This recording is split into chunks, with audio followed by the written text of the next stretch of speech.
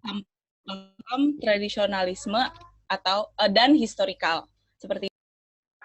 Oke, pertanyaannya adalah apabila kalian harus mendesain site kalian pada satu area yang nanti akan ditetapkan oleh Pak Fungki Winarta, kalian ingin membuat bangunan berkonsep apa? Modern kah? Art Deco kah? Vernakular kah? Neo-vernakular kah? Atau seperti apa? Mungkin Silakan. saya menjawab ya Pak. Saya coba menjawab. Ya. Mungkin kita akan melihat dari keadaan sosial dan lingkungannya juga. Kalau memang memungkinkan, kami kayaknya akan lebih tertarik menggunakan neo-vernakular sih Pak. Tetapi kita tidak tahu. Perlu kita meneliti dulu keadaan sosial lingkungannya bagaimana. Sehingga kehadiran bangunan itu bisa sama sesuai dengan sosialnya, bisa diterima begitu Pak. Oke, jawaban yang sangat baik. Oke, kembalikan ke saya, Makro. Saya akan ke teman yang lain. Siap. Sekarang saya akan ke kelompoknya Stefani Anggi. Stefani Anggi, silahkan. Iya, Pak.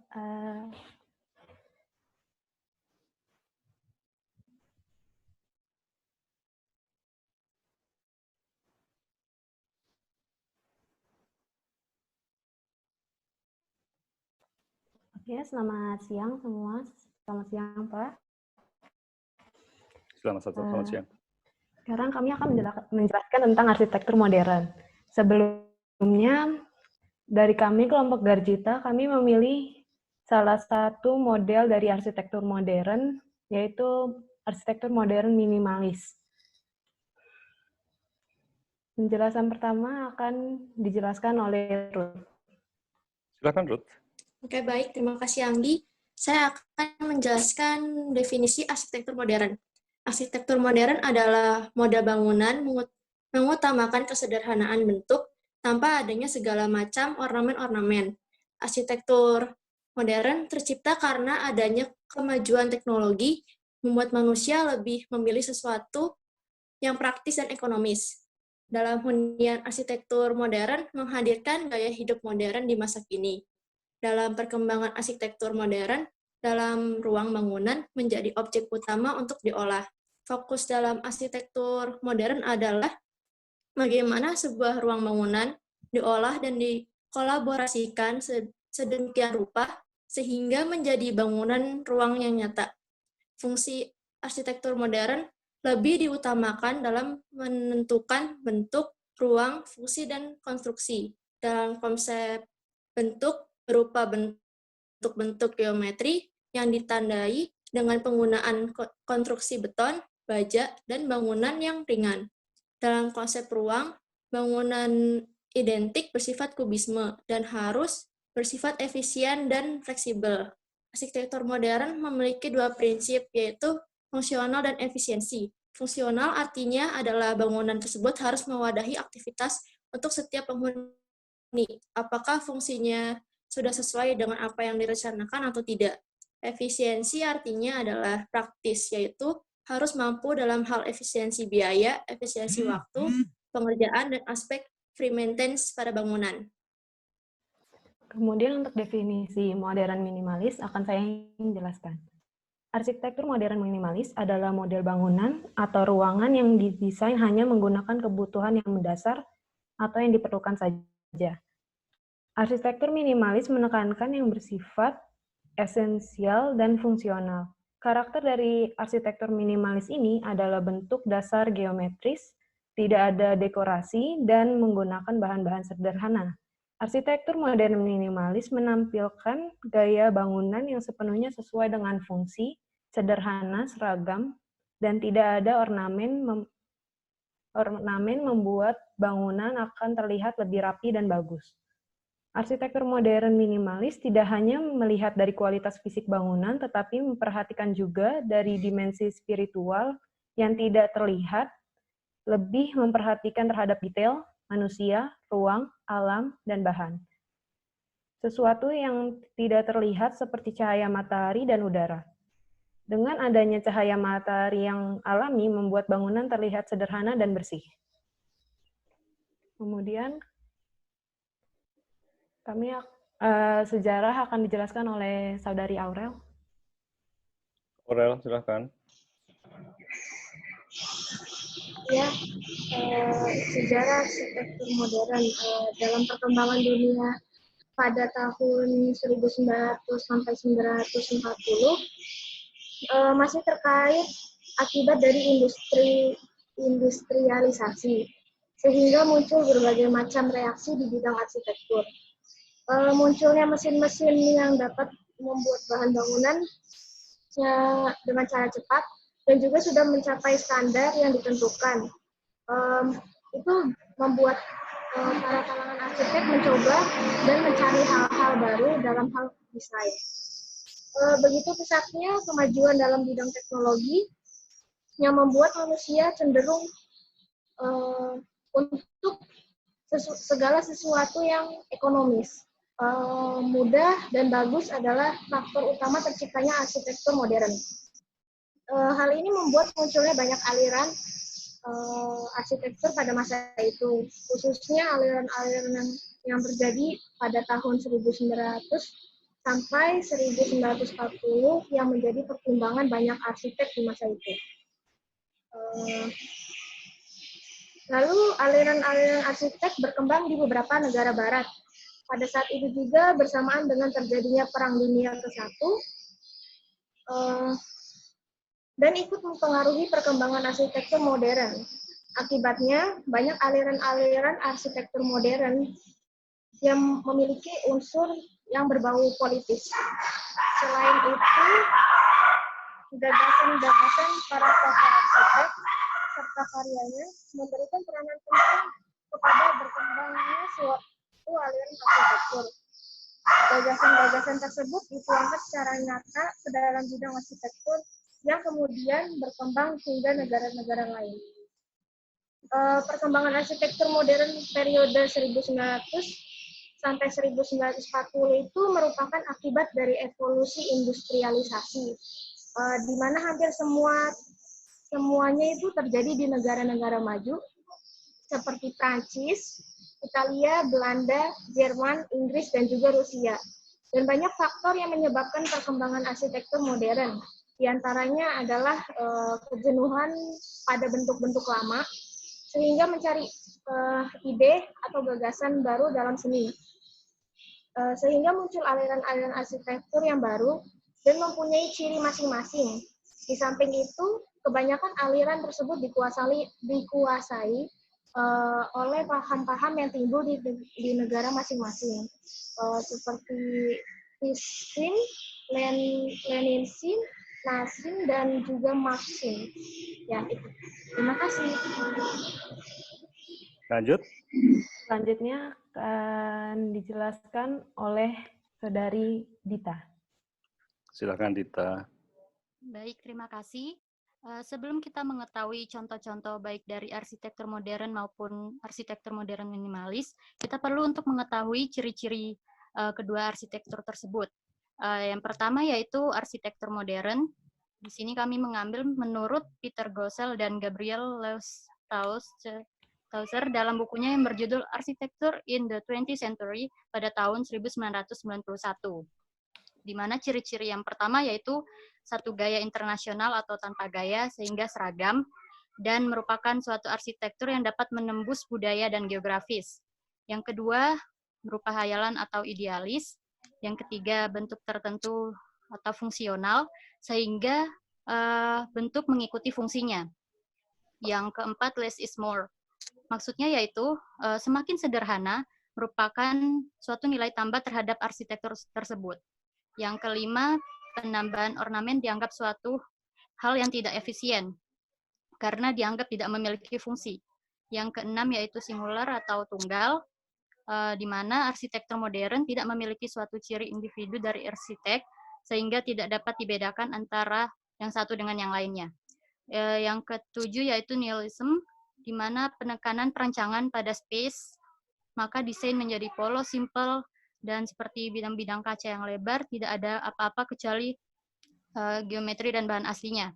Yang terakhir yaitu kejujuran bahan, di mana jenis bahan atau material yang digunakan diekspos secara polos, ditampilkan apa adanya, dan tidak ditutupi atau dikamuflase sehingga hilang karakter aslinya. Kemudian untuk ciri-ciri arsitektur modern minimalis. Yang pertama biasanya berbentuk geometris tanpa dekorasi. Di sini maksudnya yaitu kesederhanaan dalam bentuk bangunan, umumnya berbentuk persegi panjang atau kubus, serta dibangun tanpa dekorasi, di mana bagian-bagian rumah dengan bentuk yang sederhana namun tahan lama. Yang kedua yaitu furnitur sederhana dan apa adanya karena mengutamakan fungsi.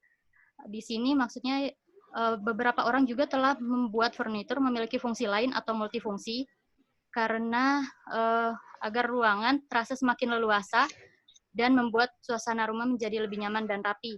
Beberapa contoh seperti adanya lukisan yang dimanfaatkan juga sebagai meja, lalu sofa merangkap sebagai kasur, lalu ada tempat penyimpanan tambahan di bawah tempat tidur, lalu juga ada papan setrika sekaligus cermin panjang, ada anak tangga menjadi lemari penyimpanan, hingga ada kamar mandi yang berada di bawah tangga.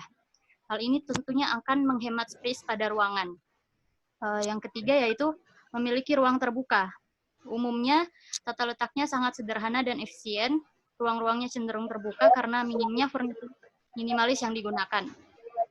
Yang keempat, menggunakan material bangunan sederhana. Material bangunan yang digunakan tidak rumit seperti batu bata, kayu, keramik, kaca, beton, dan baja. Namun justru memberi daya tarik dan menonjolkan sifat dari material bangunan tersebut serta memberikan hasil yang maksimal. Yang kelima, minim pembatas dan sekat ruangan, di mana antara satu ruang dengan ruang lainnya itu tidak ada pembatas kecuali ruang-ruang yang sifatnya privasi, seperti kamar mandi atau kamar tidur. Hal ini membuat ruangan terlihat lebih luas, nyaman, dan terang. Kemudian yang keenam, didominasi warna putih, hitam, dan abu-abu, di mana warna monokrom ini membuat rumah terlihat sederhana, bersih, namun elegan, dan penggunaan warna lainnya sebagai pemanis agar tidak terlihat terlalu monoton. Yang kemudian, memaksimalkan pencahayaan dalam ruangan. Memaksimalkan perencanaan karena perencanaan desain yang hati-hati membuat banyak cahaya alami yang masuk. Selain itu dilengkapi juga dengan pencahayaan tidak langsung untuk menegaskan kesan tertentu pada ruangan. Dan yang terakhir, dilengkapi taman yang minimalis juga. Kebanyakan rumah menempati lahan yang terbatas, bagian tanah kemudian ditutupi oleh rumput atau bebatuan kecil agar terlihat rapi, dan sedikit juga yang menanam bunga yang berwarna mencolok. Ya, seperti itu. Terima kasih. Okay, next. Oke, selanjutnya contoh-contoh akan dijelaskan oleh Saudari Alvin. Yes. Silakan, Alvin. Baik, Pak. Saya akan menjelaskan tentang contoh-contoh kepada teman-teman agar teman-teman lebih dapat mengerti perbedaan dari arsitektur modern dan arsitektur modern minimalis. Yang pertama ada Bakrier Tower, di mana Bakrier ini adalah bangunan gedung perkantoran yang terdiri dari 47 lantai dengan arsitektur twisted atau permukaan yang diperintir. Maksudnya pada bagian bawah dan bagian atas itu berbeda. Terus asimetris dan artistik. Bangunan ini menggunakan kaca berwarna biru gelap yang menyerupai sisik sehingga membuat gedung ini terlihat sangat indah dan eksotis dengan tampilan depan yang lebar tetapi ramping di bagian sampingnya. Nah, bangunan ini beralamat di kompleks Resuna Epicentrum dan desain bangunan ini dibuat oleh PT Bakriel Development, sebuah perusahaan milik seorang tokoh politik dan perekonomian di Indonesia. Nah, bangunan ini pada awal tahun 6, tetapi mulai beroperasi pada tahun 9. Next. Nah, kalau teman-teman dari Tangerang pasti sudah pernah melihat BINUS Alam Sutera, karena BINUS Alam Sutera ini berlokasi di Tangerang, dan kampus ini memiliki konsep yang tidak kalah unik dari bangunan dari bangunan lain. Nah, konsepnya yaitu Green Campus. Nah, Budiman Hendro Purnomo adalah arsitek yang menegaskan konsep ini, sehingga Universitas Bina Nusantara menjadi kampus yang zonasi teratur, ramah lingkungan, dan hemat energi. Nah, BINUS Alam Sutera ini memiliki ruangan terbuka dan berbentuk balkon, dan memiliki pintu yang dapat menarik angin sehingga mengurangi penggunaan listrik untuk AC ketika perkuliahan sedang berlangsung. Lalu juga dibuat jendela-jendela kecil yang berfungsi sebagai pencahayaan yang menggantikan lampu. Jadi mereka menggunakan sinar matahari. Lalu Budiman juga membuat penampungan air hujan, sehingga air hujan itu dapat digunakan untuk keperluan kampus seperti menyiram tanaman dan juga sebagai air toilet di WC. Next.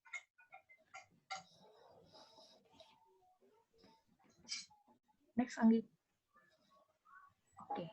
Dari kedua contoh tadi di atas itu merupakan contoh dari bangunan arsitektur modern. Sekarang kita masuk kepada arsitektur modern minimalis. Anggi yang sebelumnya, Anggi. Rumah berjalan ke Anggi. Baik, yang pertama ada rumah berjalan. Nah, Norbert Johans adalah seorang fotografi asal Hungaria. Dia memodifikasi mobil van yang berusia 16 tahun menjadi sebuah rumah. Ide ini pertama kali muncul karena dia berpikir bahwa di era sekarang ini penjualan tanah semakin naik, sehingga dia menyulap mobil van ini menjadi tempat hunian untuk dia dan tunangannya. Nah, di dalam mobil ini tempat ini terdapat sebuah tempat tidur yang memiliki fungsi double, di mana kalau tempat tidur ini dilipat bisa menjadi sebuah sofa panjang. Juga dia membuat dapur, di mana dapur ini ada kompor gasnya, ada kuali piring dan alat masak lainnya, sehingga tidak perlu dia dan tunangannya tidak perlu membeli makanan di luar. Rumah ini termasuk ke dalam arsitektur modern minimalis karena menekan pada hal-hal yang bersifat fungsional sesuai dengan kebutuhan yang paling mendasar. Lanjut, Ninggi. Dan contoh yang terakhir adalah module grid house, rumah yang didesain oleh Tatsuo Yamaji arsitek dan dibangun untuk pasangan muda dan anak-anak mereka. Nah, rumah ini terletak di distrik Kanto Utara, Jepang. Rumah ini adalah hasil perpaduan antara arsitektur kontemporer atau arsitektur masa kini dengan budaya Jepang yang sempurna. Nah, metode desain yang lebih efisien membuat rumah ini menjadi bagian paling khas dari proyek tersebut. Rumah ini dibuat dengan sistem prefabrikasi, atau prefabrikasi itu adalah rumah yang terdiri dari komponen atau buatan rakitan pabrik menjadi panel modular. Material prefabrikasi juga ini lebih ramah lingkungan untuk memudahkan bangunan tersebut. Oke. Ya, saya kembalikan ke Anggi. Oke, kesimpulannya adalah untuk konsep arsitektur modern minimalis ini kami ambil karena sangat menarik. Karena untuk lahan yang kecil, tapi bisa memuat bukan memuat, tetapi memiliki banyak fungsi, seperti yang tadi sudah teman-teman saya jelaskan. Dan untuk intermezzo saja, untuk yang tadi kampus BINUS, teman saya ada yang berkuliah di sana, dan ketika mahasiswa menginjak rumput, itu akan dikenakan denda sekitar 200.000 atau lebih.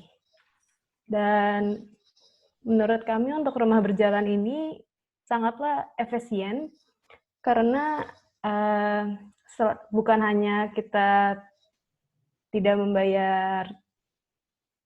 membeli tanah, tetapi kita bisa jalan-jalan ke manapun kita mau tanpa adanya membayar tanah tersebut.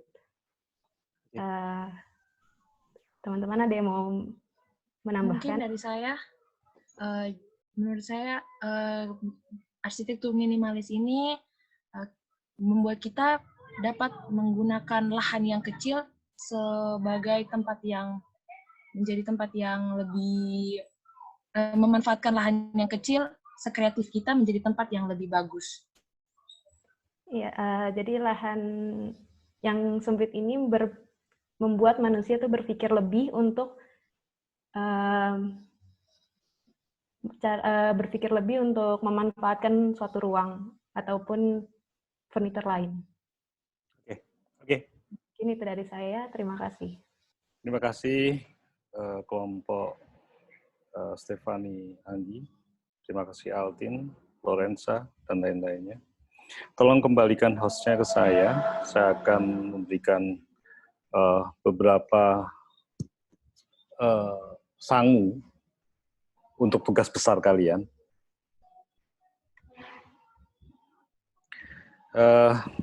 Saya akan screen share.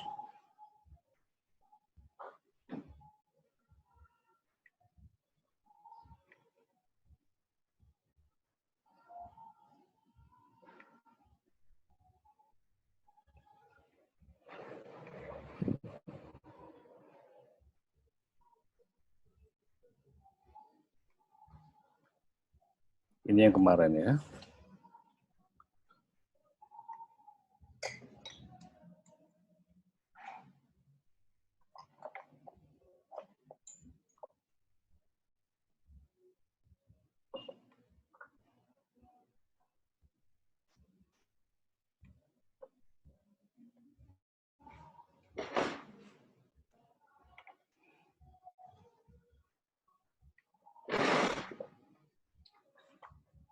Tunggu.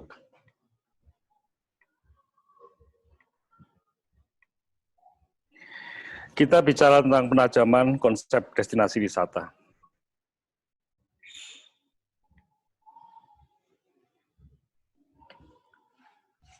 Destinasi wisata selalu mempunyai payung hukum. Salah satunya adalah Undang-Undang Pariwisataan Nomor 10 Tahun 2009 yang menyatakan bahwa daerah tujuan pariwisata yang selanjutnya disebut destinasi wisata. Saya matiin dulu ya, nanti saya undang lagi ya, sudah tutup lagi ini. Saya ini dulu, saya stop share, udah itu kita akan ulang lagi.